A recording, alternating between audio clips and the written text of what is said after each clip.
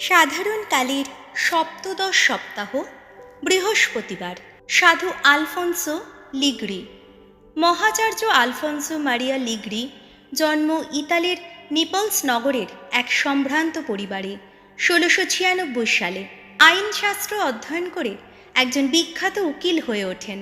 27 বছর বয়সে এক মামলায় হেরে গিয়ে গভীর দুঃখে ওকালতি ছাড়েন। একটি হাসপাতালে রোগীদের সেবা করার সময় যিশুর ডাক শুনতে পান। যাজক হওয়ার পর যাজকদের একটি নতুন পরম পবিত্র মুক্তিদাতার সন্ন্যাস সংঘ স্থাপন করেন, যারা ঘুরে ঘুরে ধর্মের উদ্দীপনা জাগিয়ে তুলবেন। তাঁর লেখা খ্রিস্ট নীতিশাস্ত্র বর্তমান কালেও ব্যবহৃত হয়। 1762 সালে তিনি বেনেভেস্তো নগরের ধর্মপাল পদে নিযুক্ত হন।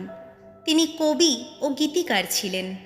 আধ্যাত্মিক জীবন, খ্রিস্ট যজ্ঞের তত্ত্ব, মা মারিয়ার প্রতি ভক্তি বিষয়ক অনেক বই লেখেন।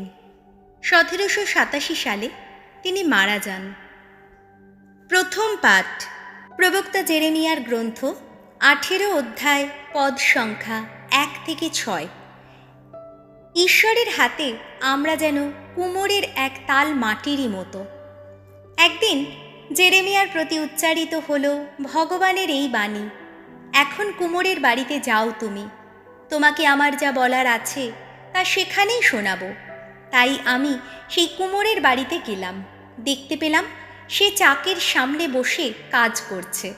কাদা মাটি দিয়ে সে যে পাত্র তৈরি করছিল, যখনই তার হাতের চাপে তার গড়ন নষ্ট হয়ে যাচ্ছিল, তখনই সে তার নতুন গড়ন দিয়ে যেমনটি হওয়া উচিত বলে সে মনে করছিল, সেই মতো অন্য ঝাঁচের পাত্র সে গড়তে থাকছিল।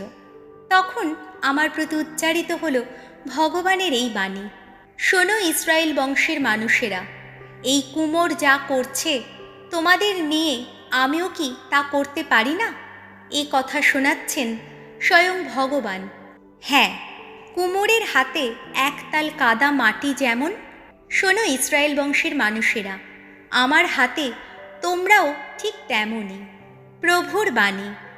শ্যাম সঙ্গীত ধুয়ো। স্বয়ং প্রভু যাদের সহায়, ধন্য তারা, ধন্য। প্রাণ আমার, ভগবানের স্তুতি গান করো, ভগবানের স্তুতি গাইব আমি সারা জীবন ধরে।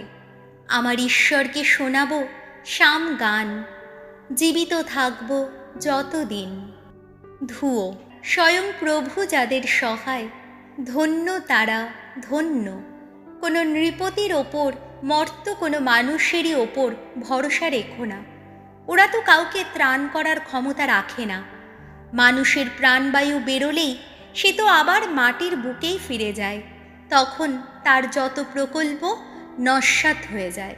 ধুয়ো। স্বয়ং প্রভু যাদের সহায়, ধন্য তারা, ধন্য। ধন্য সেই মানুষ, যাকবের ঈশ্বর যার নিত্য সহায়।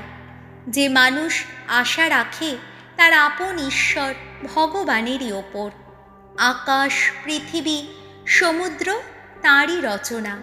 যেখানে যা কিছু আছে সবই তো তাঁরই রচনা। ভগবান সত্য পালনে চিরনিষ্ঠাবান। ধুয়ো। স্বয়ং প্রভু যাদের সহায়, ধন্য তারা, ধন্য। বাণী বন্দনা। প্রভু তোমার আলো দিয়ে আমায় জানো, আমার জীবন পূর্ণ করো। প্রভু তোমার আলো দিয়ে আমায় জানো, আমার জীবন পূর্ণ করো। Hallelujah, hallelujah, hallelujah, amen.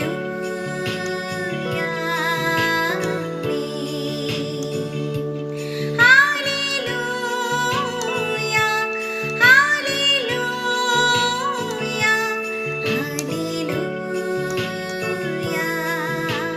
Amen. মথি রচিত মঙ্গল সমাচার, 13 অধ্যায়, পদ সংখ্যা 47-53। জলের উপমা কাহিনী। খ্রিস্টীয় জ্ঞান সম্পদ সুপ্রাচীনও বটে, সুনবীনও বটে। যিশু একদিন এই উপমা কাহিনীটি বললেন।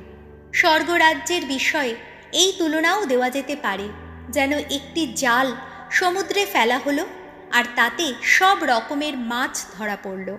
জালটি ভর্তি হলে জেলেরা তা ডাঙায় টেনে তুলল আর সেখানে বসে ভালো মাছগুলো বেছে বেছে ঝুড়িতে রাখল আর বাজে মাছগুলো ফেলে দিল। জগতের সেই অন্তিম কালেও ঠিক তেমনটিই ঘটবে। সেদিন স্বর্গদূতেরা এসে ধার্মিকদের থেকে দুর্জনদের পৃথক করে সেই অগ্নিকুণ্ডে ফেলে দেবেন। সেখানে শোনা যাবে শুধু কান্না আর দাঁত ঘষাঘষি। যিশু এবার জিজ্ঞেস করলেন, তোমরা কি এইসব কথার অর্থ বুঝতে পেরেছ? শিষ্যেরা উত্তর দিলেন, হ্যাঁ, পেরেছি। তখন তিনি তাদের বললেন, কাজেই যে শাস্ত্রী স্বর্গরাজ্যের শিক্ষায় দীক্ষিত হয়েছেন, তিনি তো তেমনই এক গৃহস্বামীর মতো, যিনি নিজের ধনভাণ্ডার থেকে নতুন আর পুরনো দু রকমের সম্পদই বের করে আনতে পারে। এইসব উপমা কাহিনী বলা শেষ করে যিশু এবার সেই জায়গা ছেড়ে রওনা হলেন। প্রভু যিশুর মঙ্গল সমাচার।